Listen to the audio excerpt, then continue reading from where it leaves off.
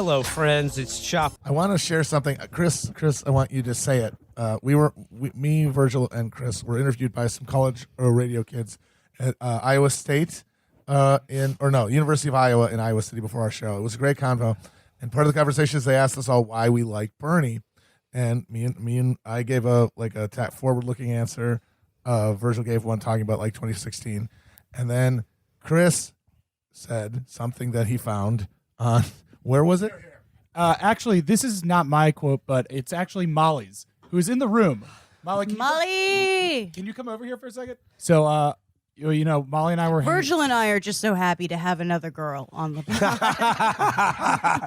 Give Molly a mic, yeah. Felix, can Molly use your mic? Yeah. So, we were up in the hotel room packing up gear for the day and yelling about politics like we do. And Molly told me this thing that she found on Caroline Calloway's Instagram page. Oh my God. Queen. Oh my God. Queen. Well, first of all, I love Caroline.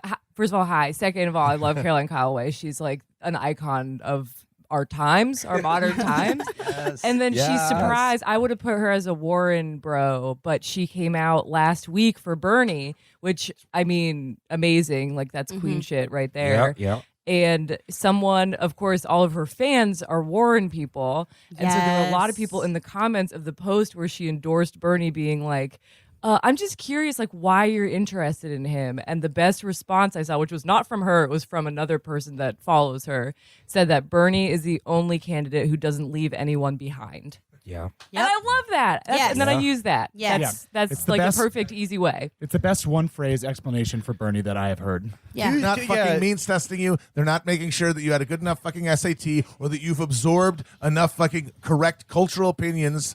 It is a from rising television and tide. from the Academy. Bernie is the rising tide. Yes. That will also envelop Pete Buttigieg, and he will become the sea. I met somebody this week. They're in their 30s. They work more than I ever have. They work probably like 60 hours a fucking week. Felix, I've known you for a while now. They're a nurse's assistant. They drove here from fucking Albany. All the way from fucking Albany. Amazing. And he said, like, I listen to you guys, and I work, and that's what I do. And he came here.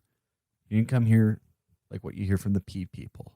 I just like he gives me that Obama feeling. He doesn't tell you that same type of shit from the Warren people. He came here because he wants this to be a better world. I met so many fucking people, so many different types of people. I met fucking single parents. I met parents of adults. I met fucking dislocated 19-year-olds. I met people who I am supposed to believe we were all diametrically opposed. I met people that just by demographic, you tell me I'm supposed to fear them as some incel or mass shooter. And they all came here because they want the world to be better. There's no one like that. Yes. There's fucking nobody like that. That's it. They all came here to work together. And I was so fucking happy to see them. First off, can I just say I'm kind of shocked that the first reference to Caroline Calloway on the show was not made by me. I want to build on what Felix said here. We have commanded you, our loyal bannerman, for months to go out and volunteer for Bernie. Make the Bernie journey to an early state, make phone calls through the Bernie app that Robbie Mook designed, send text messages.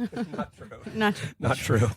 And you heeded that call. We called our banners and you came. We know for a fact substantial numbers of you were among the thousands who came to Iowa to ensure victory. We've met you. Because we've been out here too. You're real. And after this, honestly, pathetic attempt at a rat fuck, we know you are more dedicated than ever to ensure that Bernie will continue to win. Yep. Before Iowa, you were our bannerman. After Iowa, you are our blood riders. Watch another show. Yeah. This goes on. Hang on. This goes on. Okay. Now, Bernie didn't win, though Bernie won. You won. The media, the DNC, the Hillary failbrains, the rats tried to put a question mark on Bernie's victory, and you put an exclamation point on it. Yes. Bernie Sanders winning Iowa, something they deluded themselves into thinking was impossible as recently as last night, validates their greatest fear, that they are irrelevant. that they can try to cheat and lie and distort reality for a mass audience, and nobody will listen. They've spent years trying to kneecap Bernie, and they failed catastrophically. They are running scared. Their world is shattering, and yours is being born. I would just like to go off that, and like, again, this is, I said this the other night at the canvassing party, but it was like, as long as you've been doing this show, and like it started catching on, and people like, on Twitter who are following be like, oh, cool, I like your show, and I'm like, oh, that's cool. I'm glad something I'm doing is enjoyed by other people. And then certainly when we started doing live shows, and then when we started touring the country doing this show, I've had the opportunity to meet people after shows or just walking around who just like come up to me, and like the most common thing that any fan of the show who's ever introduced themselves or said hi to me has ever said to me is, I thought I was insane until I listened to your show. I thought I was the only one. You are the reason I'm here. You got me into politics. You got me into Bernie Sanders. You got me out of fucking like the death spiral of fucking liberalism. You made me feel that, like, again, I wasn't the only one. And up until now, up until this week, I've always been immensely heartened and gratified to hear that from other people about something that I'm doing. It wasn't until this week, like, I'm humbled to hear that from other people. It wasn't until this week being here and like hearing that same thing that I realized how much how everything that you say to me or like about this, how much it is reflected back in how I feel, and how much this show has meant to me, and how much it's changed my life and make me feel that I'm not insane either. And it's just really, really underscored the fact that it's just like we are all doing the same thing, and we are all the same because we all want the same fucking thing. And as Virgil alluded to, there may be as many as 2,000 people who came here from out of state to fucking canvass, knock on doors for Bernie, and fucking do this from every fucking walk of life imaginable. Of those numbers, I would say conservatively, probably several hundred of them were listeners of this show, which means that is thousands of doors that have been knocked on in Iowa. Not because of us. You listened to the show and we told you to do it and you did it. We did this for the same fucking reason. It's all the same fucking thing. And I think no matter what fucking happens, we should be immensely, immensely proud of that, of what all of us have done here this weekend. And not only that, what we are going to continue to do in New Hampshire and Nevada. Yeah. But seriously though, like, this is real. What we're doing is real. It's fun. I have a great time doing it. I still have a great time doing it. But this week being here and seeing it and how real it is has filled my heart more than maybe it's ever been in my life. And I keep thinking back to the Adam Curtis interview that we did a long time ago, that it still remains one of our most like iconic episodes.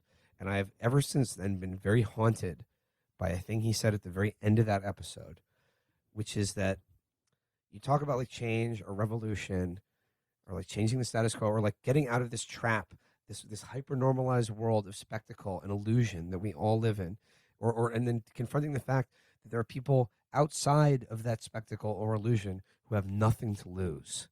And they're the ones who look like they may be winning because they have nothing to lose. The question he asked at the end of that episode is, do you really want what you claim to want? Do you really want change? Because if you do, then there's a huge risk involved to yourself. And what I've finally resolved or come around, like in my own head, I was always haunted by that question because in my own heart of hearts, I didn't have an answer for it. It has been answered this weekend, this week in Iowa, and last night. It has been answered for me. And the answer is, we want it. Not me, though. I was always aware I was willing to detonate the vest. No, but this is literally, but I'm going to take just a moment. But does anyone remember the old Tea Party movement? So I joined DSA in Indiana. You had those little hats with the I like the hats. But I remember it was associated with also a big austerity movement for a town in southern Indiana that I lived in that was a college town, but I did not go to college there. I had married a townie at age 23, and we both worked food service, which is hell because there's nothing shittier than serving students in an expensive college town when you're not a student. And we protested as like members of Bloomington, Indiana DSA, a Tea Party rally because it was associated with kind of austerity, which cut like the women's shelter by a third, it cut like the food bank by this and that. It was a huge fucking deal. And there's one picture of me online that people tend to find, and I have Doritos in my mouth because I'm extremely you can find it. I'm wearing like a micro mini dress, and I have Doritos Don't in my tell mouth. our fans this, Amber. No, they will find it. They've already found it. I have a full mouth of Doritos. But I remember walking around, and I remember seeing guys who were fully packed. And this sounds super dramatic, but like, it's Indiana. People are carrying guns, big guns, lots of them. And they were holding signs that said better dead than red. And we had signs that said we were socialists. And I had this weird self-congratulatory melodramatic moment where I was like, oh shit, they want to kill me. And not in like a, there's Proud Boys, they like wearing the same shirt kind of way, but like they had guns that they were walking around with. And these were like rural militia people. They're serious. And, the militia movement is still so much more dangerous than like these kind of nerdy alt-right online right-wingers. And I thought for a second, I was like, well, but do I want to like put my life at risk for this? And I thought about it for like a good 30 seconds in an overly warm Southern Indiana swampy day. And I thought, yep, I would, this is worth it. And once you get that out of the way, you just keep going. And it doesn't matter if you fail, because you're going to fail more than you lose, because we're fighting something much bigger than us. We are going to fail more frequently than we lose. And whenever anyone asks me, what are Bernie's chances? I'm like, well, it's a small window, but it's the biggest small window we have ever had in our fucking lifetime. And it's getting bigger and bigger by the day. And I'm not even going to get shot for it. So fuck it. I'm just going to keep going. This is nothing like it was being counter-protesting Tea Partiers in fucking Southern Indiana. It's amazing. We have such a shot. We have a real fucking shot. And there was this one of these phrases that makes sense until you think about it for more than 2 seconds. It's like, well, if you're not outraged, you're not paying attention.